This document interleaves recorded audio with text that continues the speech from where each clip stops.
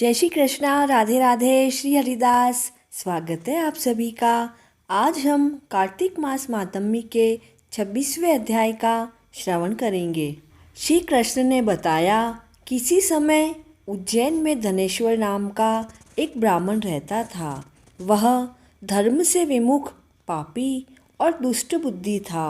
वह रस, कंवल, चमर का व्यापार करता, अर्थात चमड़े का व्यापार करता, झूठ बोलता, चोरी, सुरा और वेश्या से रत रहता।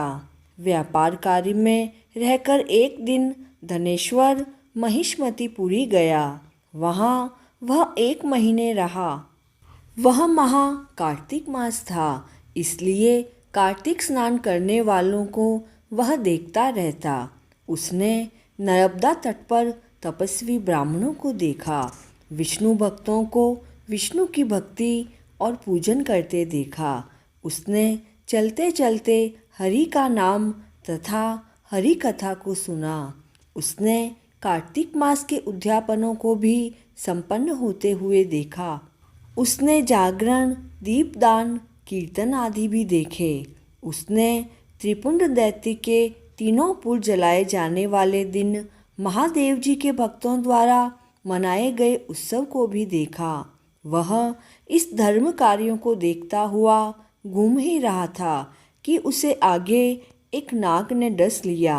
उस धनेश्वर को पृथ्वी पर पड़ा हुआ देखकर भक्तजनों ने उसकी सेवा की।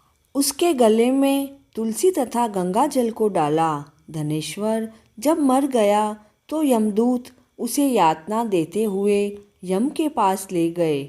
तब चित्रगुप्त जी ने उसके पाप पुण्यों का ब्यौरा दिया। उन्होंने कहा, धनेश्वर ने जीवन पर्यंत कोई पुण्य नहीं किया, इसलिए इसे नरक में डालो। यमदूतों ने उसे मुद्गरों से मारकर कुंभीपाक नरक में डाल दिया, मगर उसके गिरते ही नरक की सभी पीड़ा शांत हो गई। यह घटना देखकर यमदूतों ने यमराज से जाकर कहा। तब यमराज ने विचार किया तो उसी समय नारद जी आए। यम की बात को सुनकर नारद जी ने कहा, हे यम, धनेश्वर चाहे जितना पापी था, किंतु उसके अंतिम दिनों में 1 मास पर्यंत कार्तिक सेवियों का सत्संग किया है। इस कारण उसके साथ से उसे उनके पुण्य का 6वां अंश स्वतः ही प्राप्त हो गया है। मरते समय भक्तजनों ने इसे तुलसी तथा जल पिलाया और भगवान का नाम सुनाया, इसलिए हे यम, इसके सभी पाप नष्ट हो गए। कार्तिक मास के सेवन करने वालों को किसी प्रकार की पीड़ा नहीं सताती है, क्योंकि इसके साथ से वही पुण्य प्राप्त है, इसलिए यह पुण्य का भागी हो गया है। इस कारण इसे पापों को, भोगों को दिखाकर इसे मुक्ति दे दो। नारद जी के वचन सुनकर यम ने धनेश्वर को नरक दिखाने के लिए वापस बुलाया। कार्तिक मास मातम्मी का 26वां अध्याय पूर्ण हुआ। जय श्री कृष्णा।